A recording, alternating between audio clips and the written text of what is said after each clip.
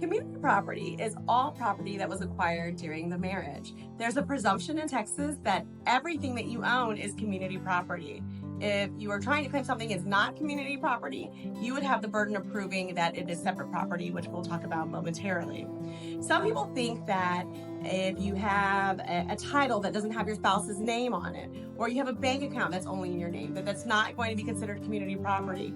However, it very well may be community property if you acquired that during the course of the marriage. Unlike community property, separate property is not divisible in a divorce, but it is confirmed as your separate property in the divorce decree. So it's still important to disclose all separate property to your attorney.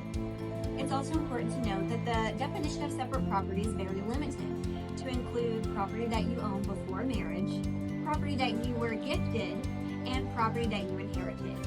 And in some instances, property that you received as a personal injury claim. Now, you still have to prove that separate property is separate by clear and convincing evidence. So your attorney will be able to discuss what methods we can use to try to prove that. Separate property can also include separate assets.